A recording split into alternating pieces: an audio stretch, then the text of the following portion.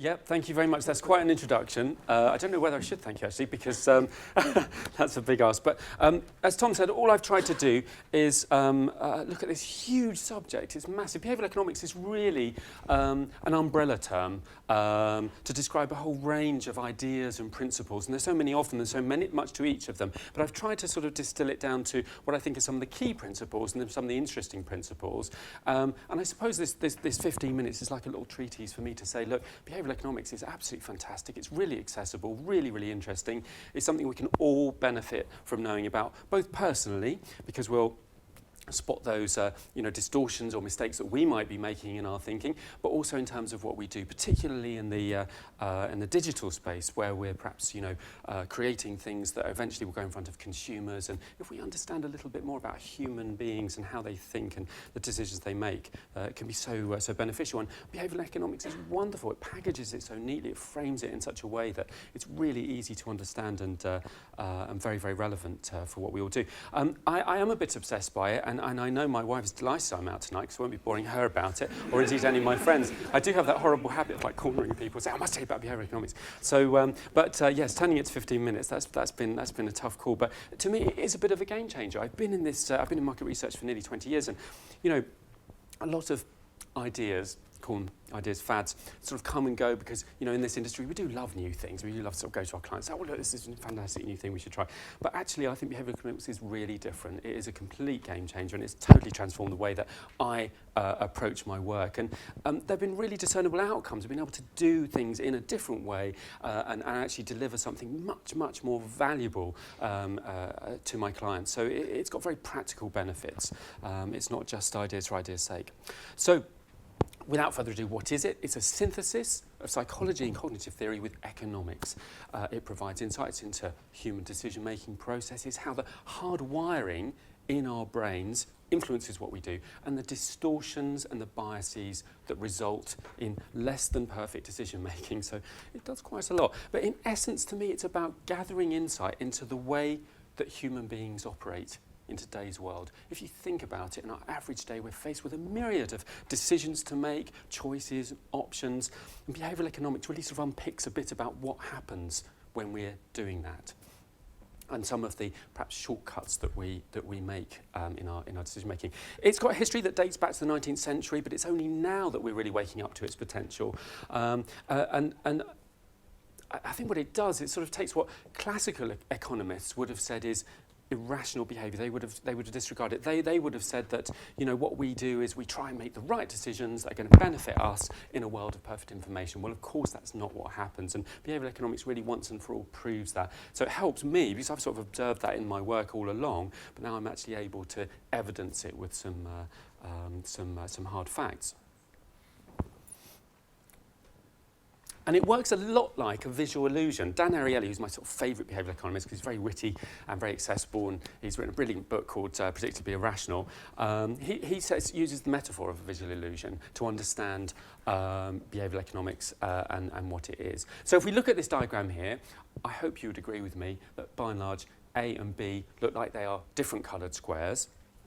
But actually, when I reveal the next chart, you can see they're in fact the same colour. So it's just a trick of visual illusion. And what's going on there is that if you take vision, it's one of the things that we are, one of the best things that we do. There's a huge part of our brain dedicated to it. We do it all the time. We're kind of made to do vision. And yet we can still make mistakes like this, even with something that we're so attuned to, that we're evolutionarily designed to do. And I guess the idea here is, or the metaphor for behavioural economics, is that if we can get that wrong, what about other things that we're not evolutionarily designed to do? Maybe choose a mortgage, maybe make a purchase of a new TV. It proves really that mistakes will occur, that actually it's the behavioural economics sort of sets about illustrating or revealing that it's a cognitive illusion in many respects. So it's really, a lot of it is about understanding our limitations, that in spite of all the amazing things that we're capable of, we are still limited by the way that our brains work. And I think we can gain so much from behavioural economics in understanding when and how this happens both to ourselves and others. So I want to share with you a few examples of these cognitive illusions or mistakes that we make. One of them is called anchoring bias. And this is quite an interesting one. And it's the idea that when we make a decision, we tend to anchor or rely on one specific piece of information, a reference point or a value, and then adjust from that point. Quite often it relates to an early experience, for instance, what we first paid for a new product, what we first paid when we bought a new car, and we'll tend to anchor onto that price and adjust up and down from it. And Dan Ariely did a really interesting experiment to prove that anchoring works, that it has an effect. And what he did, he took a class of students that weren't his students, he didn't sort of know them, and he said to them, right, first of all, I want you to look at your social security number, and I want you to write down the last 2 digits of that number. Okay, when you've done that, then he held up a bottle of good wine, and he said, imagine you're going to bid for this wine. I want you to write down how much you'd be prepared to bid for it, what sort of value you'd place on it. And when he analysed the results, what he found was the people who had written down the last 2 digits of their social security number, those with the higher numbers had bid a higher amount, and those with the lower numbers had bid a lower amount. And what it demonstrated that even exposure to a number that has no relation whatsoever to that next task or that next product still had an effect. And in fact, this happened to me just earlier today on the way into Norwich. I stopped at the DIY store because I need to get a new electric screwdriver drill. Obviously to prove I'm a real man, but also because my other one's packed up. And I went to the store and I picked one up in a box, and I thought, that looks like the right thing. And I said to the guy selling, there's no price on it, can you tell me how much it is? And he said, oh, I think they're about 200 quid. And I was like, oh, okay, a bit more than I was willing to pay. And then he came back and said, oh no, I made a mistake, actually 100. Well, by that point, I'd anchored on £200. So 100 looked like a real bargain. So, you know, and I read this stuff and I still do it. And actually, seeing this in action is incredible. Just one example of where it can be used or how it's used. I'm not saying it's a good thing, but it happens. When they launched the iPad, Apple, shall we say, allowed it to be thought that the iPad was going to be at a price point of $999 in the US. In other words, they probably fed it. Oh gosh, I'm on film. No, I'm sure they didn't feed it out. But anyway, they allowed it to be assumed that it would be. And then when Steve Jobs stood on the stage, big price point came up on the screen, $999, and suddenly crashing through it, $499. Well, of course, by that point, everyone had anchored to $999, so $499 seemed like an absolute deal. But it does have a serious point here as well, which is whenever we're exposing people, because it's particularly around numbers that seems that we're quite sensitive, whenever we're exposing people to a number like this, let's say, you know, on a website, if there's a range of sort of cost options or something, be aware that those numbers will have an impact, and people could anchor to the higher or lower number on there. It could have an effect. Herd instinct and social norms, another principle of behavioural economics. We're social creatures. We follow others. It's in our DNA. We assume that intelligence lies with the mass, the idea that all those people can't be wrong. We don't want to be left out, and we do want to fit in. And that provides another shortcut, another way for us not to have to think too hard. And of course, it's got the added bonus that if it turns out to be the wrong decision, we can blame other people. So it's win-win. And that, again, that can be used to great effect in marketing and communications. It can increase people's likelihood to vote. I mean, again, I seem to be Apple obsessed, but I just happened to notice their most recent ad campaign for the iPhone. It very much focused on, you know, all the things you can do as part of a community. You know, all these people can do it and you can't. So obviously tapping into a bit of loss aversion there as well. But it can be quite powerful in driving decision-making and even behaviour change. I think last year the Census, they sent letters out to people. So rather than saying, send your census in or we're going to fine you, they actually said, did you know you're one of the last in your street to complete it? And it's a social norm, and it appealed to the social animal within us. So it was quite powerful in encouraging us to act. Similarly, it could be argued that Selfridges have got their bright yellow bags up and down Oxford Street. They're very visible. It's kind of social proof that buying there is both safe and desirable. And on Amazon, you can't fail to notice X% of people went ahead and bought this item. I know that I find that terrifically reassuring, and my brain says, well, they must be right, mustn't they? So I better do the same. And so it goes on. But it's a powerful lever, and it can be a quick and easy way of reassuring us that we're making the right decision. Choice architecture is another key principle of behavioural economics. This is the idea that there's in fact no neutral way to present a choice, that we're actually influenced by the way options are presented to us. And when the context change, or the order of the choice, or the layout of the choice, so does the decision we make. It could be something simple. I mean, there's experiments that have been done in cafeterias where, one day they've laid cakes out very prominently, and sure enough, the sales shoot up, and the next day, fruit goes out, and it's very prominent, and sure enough, the sales of fruit go up. So, the idea that we're just wandering and finding the thing that's just right for us is a nonsense. We are influenced by what we see in front of us, how it's displayed, how it's placed. And actually, we've got to kind of assume that we're all choice architects. Every time we present something to someone else, client or customer, it will be a designed choice. And it's one that we can influence to ensure, shall we say, that the right choice is made. There's a great example of this that Dan Ariely came up with. He was looking on the Economist website, and he noticed that the subscriptions had 3 options. There was the online-only option, the print subscription, which is $59, the print subscription, $125, and print and web subscription was $125. And he thought, that's a bit strange. I wonder why those two are the same price when, very clearly it's a bit of a no-brainer. For the same price, you can get print and web, you'd go for that. And sure enough, he tested it with his students or a group of students, and the results came back, and they showed overwhelmingly that 84% wanted or suggested that they would go with the print and web subscription. So he did a little experiment. He took that middle one out because he thought, well, if no one wants it, what's the point of it? What's it doing there?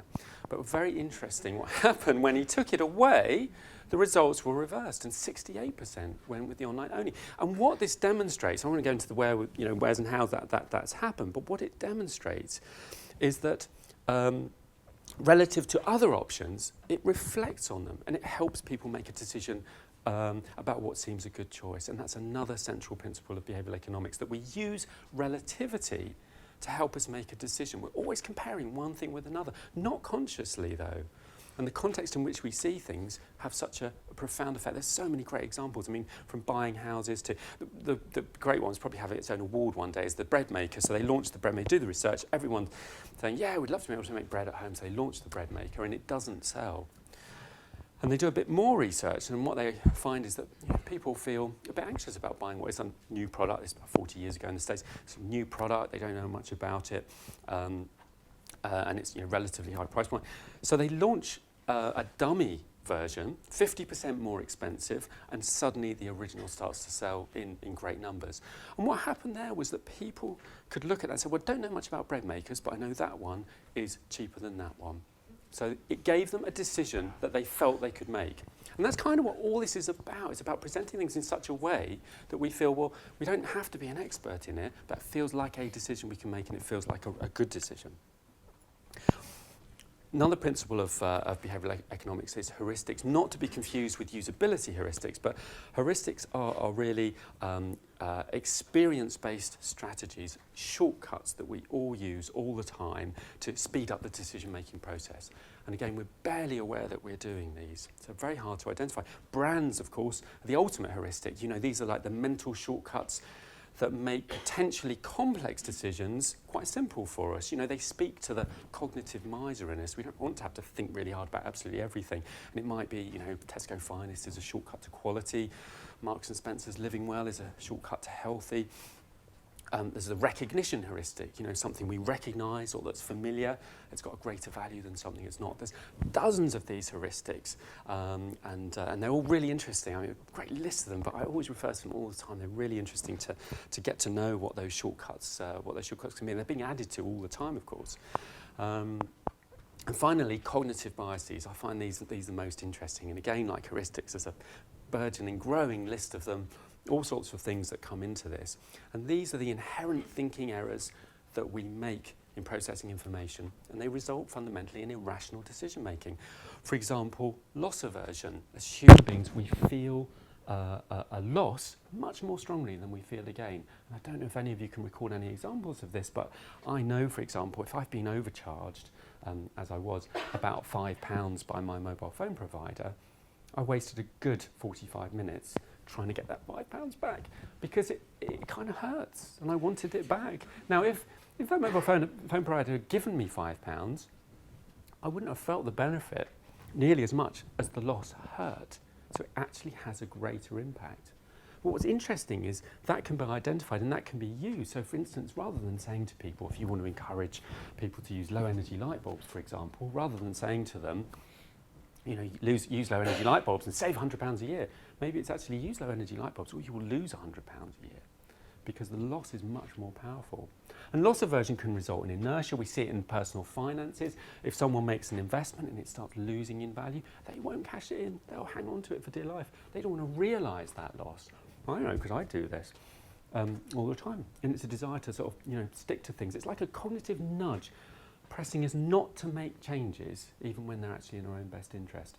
And that's also called status quo bias, and that's that we like things that fundamentally stay the same and they're familiar.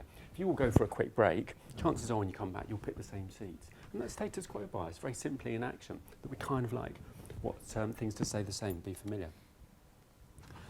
So it just proves this idea that we're in control of the decisions we make is really an illusion. We've all got biases hardwired into our brains, and whether we like it or not, they influence how we make decisions.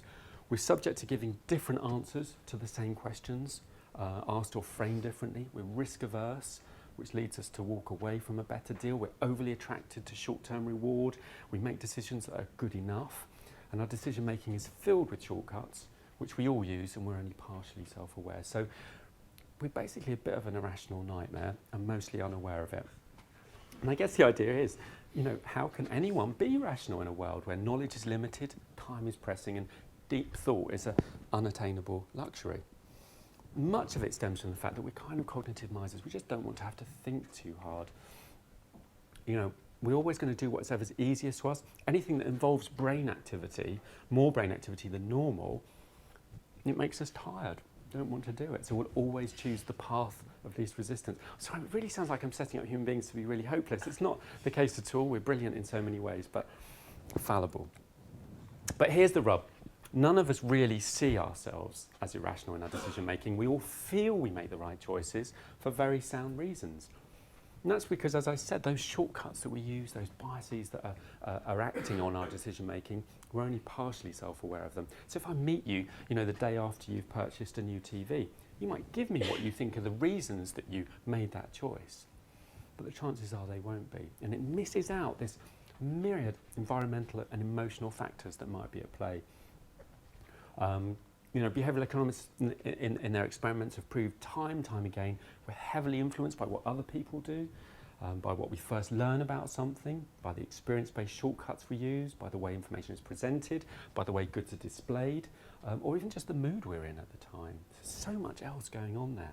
So the idea that I could say to you, why did you do that? And you'd be able to give me a reason is a nonsense.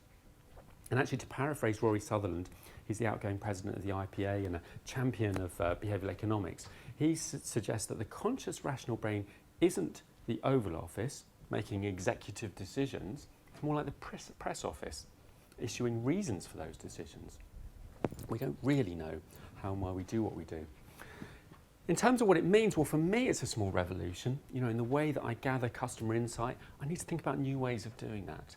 So maybe it's actually more observational. It's spending time with people in the moment and observing what they're doing. It's also about putting the focus on behaviour rather than attitudes and preferences. So if I want to understand what's going on and why people are doing something, it's really saying, don't ask people why, just ask them what they did. Where were they? Who were they with? What were those environmental factors that might have been at play? And it's asking questions in a different way. It's also listening in a different way. It's listening out for those little language leaks that give away that there might be a particular bias going on, that people might be feeling status quo bias or loss averse. And it also gives a fantastic framework for recommendations. I've spotted these irrationalities so many times, and I sometimes go back to a client and say, look, not sure about this product. It seems to be something that people are a bit wary of. And of course, they've got their own biases that they come at it with. They've already invested loads in that. I think it's a great idea. They hear what they want to hear. This gives me a fantastic framework for saying, actually, stop. This is what's going on, and this is evidence to support it. So it can really, really help. But fundamentally, it's about identifying how to make that right choice easy for our customers. And in business as well, I think we need to be aware of behavioural economics in relation to our own decision-making, what we do. Businesses are run by people, not machines. And we might all have this cultural self-image of being logical and rational, evidence-based decision-making, but it's just as much of an illusion. I think you need to look out for the emotional factors in the internal decision-making, in the way that you handle or identify internal agendas and biases, internal politics. We can all benefit from it. And of course, in the digital space, it's going to be incredibly important as more and more people do more and more online. So it's going to be critical in terms of determining the way that we lay out our goods and help people in user journeys and support decision-making online. I think I've now run out of adjectives, so I will say thank you very much. You've been a terrific audience, and yes, I'll be around later for any questions. Thank you.